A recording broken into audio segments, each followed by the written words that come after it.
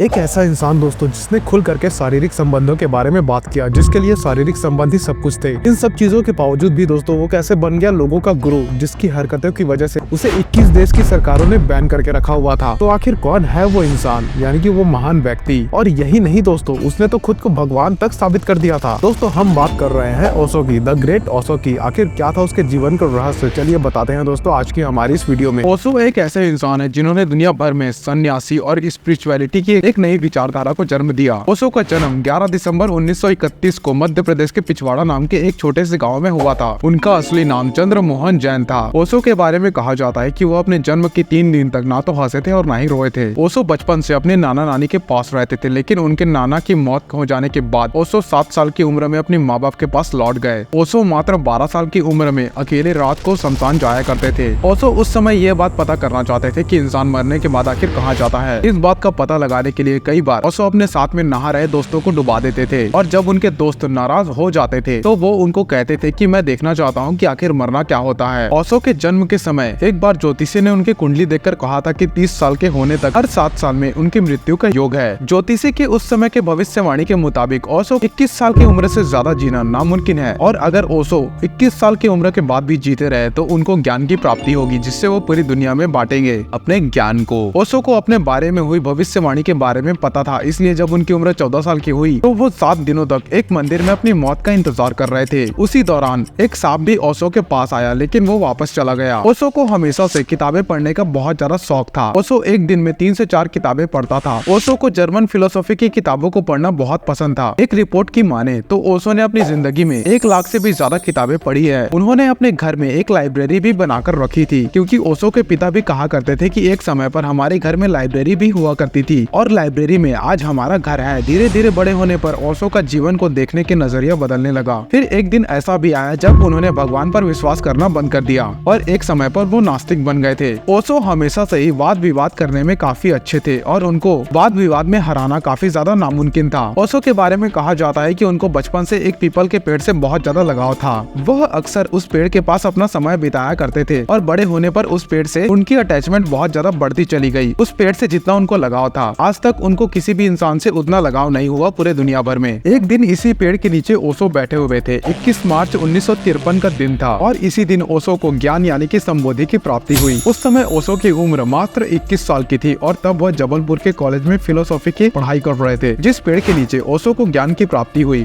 उसका नाम मूल श्री है। यह पेड़ जबलपुर के भंवरलाल पार्क में मौजूद है। ओशो कहा करते थे कि अब उनको जिंदगी का रहस्य समझ में आ गया है, अब उन्हें जीवन में किसी चीज की तलाश नहीं है। आपको ओशो के बारे में और ज्यादा कहानी बताने से पहले आपको बता देते हैं कि जो लोग ओशो को मानते हैं, उनको फॉलो करते हैं, उनकी जिंदगी में 21 मार्च का दिन बेहद खास होता है। इस दिन को ओशो के फॉलोवर ओशो संबोधि दिवस के नाम पर मनाते हैं। ज्ञान की प्राप्ति होने के बाद साल 1957 में सागर यूनिवर्सिटी से फिलोसॉफी में एमए किया। ओशो ने अपनी पढ़ाई जबलपुर से पूरी की, और वो पूरी करने के बाद ओशो जबलपुर यूनिवर्सिटी में ही लेक्चरर बन गए। यूनिवर्सिटी में पढ़ाते हुए ओशो अपने स्टूडेंट्स को ज्ञान देने लगे। ओशो अपना स्टूडेंट को सोशलिज्म और कैपिटलिज्म के ऊपर ज्ञान देने लगे, यानी कि यूं कहे तो ज्ञान दिया करते थे। उनका मानना था कि भारत केवल कैपिटलाइजेशन, साइंस और टेक्नोलॉजी की वजह से आगे बढ़ सकता है। 1960 से लेकर 1966 तक ओशो दुनिया के कोने कोने में जाकर लोगों को ज्ञान देने लगे। वो लोगों को समझाने लगे कि इंसान की आजादी का मतलब क्या है, और किस तरह दुनिया के सभी धर्म लोगों को गुलाम बनाने का काम कर रहे हैं। ओशो ने बहुत समय बाद अपनी नौकरी छोड़ दी। नौकरी छोड़ने के बाद ओशो और ज्यादा एक्टिव हो गए, और लोगों में आचार्य रजनीश नाम से बहुत ज्यादा फेमस हो गए। ओशो 1968 में मुंबई गए, और वहाँ पर जाकर उन्होंने अपने भाषण में कुछ बातें कही। ओशो ने अपने उस भाषण में कहा कि शारीरिक संबंध दुनिया में सबसे ऊपर है। इसकी एनर्जी से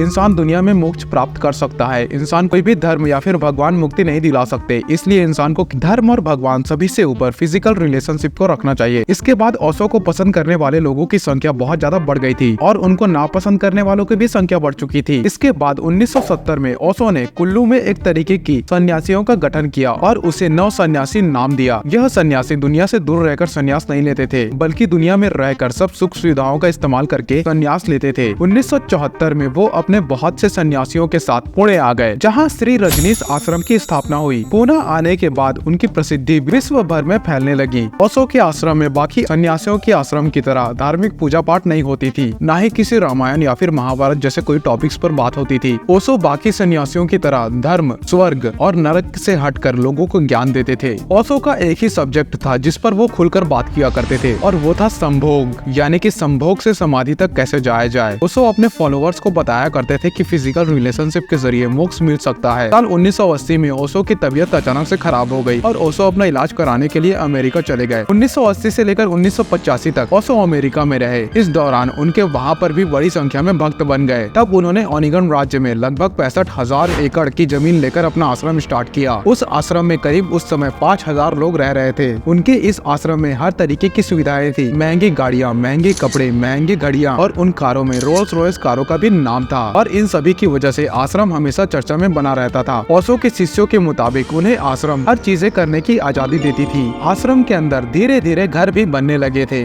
तब ओशो और उनके शिष्यों ने इस आश्रम को एक सिटी के रूप में रजिस्टर करना चाहा, लेकिन अमेरिकन सरकार को ये पसंद नहीं आया और अक्टूबर 1985 में अमेरिका की सरकार ने ओशो पर अप्रवास नियमों को यानी कि इमिग्रेशन रूल्स के उल्लंघन के तहत 35 आरोप लगाए और उनको हिरासत में भी ले लिया और उनको 4 लाख अमेरिकी डॉलर्स की पेनल्टी मारी। साथ ही साथ उन्हें देश छोड़ने और 5 साल तक वापस न आने की भी सजा हुई। एक रिपोर्ट के मुताबिक ओशो को जेल में एलिसियम नामक एक इंजेक्शन दिया जाता था। इसके बाद ओशो अमेरिका छोड़ने के बाद 21 देशों में गए, लेकिन हर देश की सरकार ने ओशो को भगा दिया और अंत में ले देकर ओशो को इंडिया आना पड़ गया और वह अपने पुणे में मौजूद आश्रम पे आ गए। साल 1989 में ओशो का नाम ओशो पड़ गया। उनके नाम का अर्थ है सागर में विलीन हो जाना। इंडिया में रहते हुए 19 जनवरी 1990 को ओशो ने दुनिया को अलविदा कहा। ओशो के शिष्य उनको भगवान का दर्जा दिया करते थे, इसलिए उनके शिष्य ने उनकी मौत पर कहा कि भगवान ने देह तो त्याग दिया, ओशो की मौत तो हो गई, पर ये अपने पीछे कई सारे सवाल छोड़ गए थे। दरअसल ओशो की डेथ सर्टिफिकेट बनाने वाले डॉक्टर ने कहा कि उन्हें ओशो की बीमारी के वक्त आश्रम में बुलाया तो गया, पर उनका इलाज नहीं करने दिया गया। और जब बाद में उन्होंने जब ओशो को देखा तो उन्हें ऐसा लगा कि ओशो को जहर दिया हुआ है, जबकि उनके शिष्यों ने ये कहा था कि उनकी मौत हार्ट अटैक की वजह से हुई थी। इसके साथ ही उनके शिष्यों ने आश्रम के पास रहने वाली उनकी माँ को भी ओशो की बीमारी के बारे में नहीं बताया। जबकि उनके शिष्यों से पूछा गया तो उनके कारोबारियों ने कहा कि अगर वो आती तो उनकी माँ रोने लग जाती, जो कि ओशो कभी बर्दाश्त नहीं कर पाते। और ये सभी की सभी बातें ओशो की मौत पर कई सारे सवाल खड़ी करती है और इन सब बातों के लिए कई बार कोर्ट में रहस्य को सुलझाने की याचिका भी दी गई। लेकिन आज भी कुछ लोगों का मानना है कि ओशो की मौत अमेरिका की जेल में जाने से हुई, क्योंकि वहाँ पर उनको ले जाकर प्रताड़ित किया गया, जिससे वो हर रोज मौत के करीब जाने लगे। तो दोस्तों ये थी ओशो की कहानी, जिन्होंने दुनिया को अलग तरीके से जीने की लोगों को तरीका सिखाया। तो दोस्तों अगर आपको ये वीडियो पसंद आया तो इस वीडियो को लाइक करें और इस चैनल को सब्सक्राइब करें ऐसी ही इन्फॉर्मेटिव वीडियो के लिए। बाकी आपको अगली वीडियो कौन से टॉपिक पे चाहिए नीचे कमेंट में जरूर बताइएगा।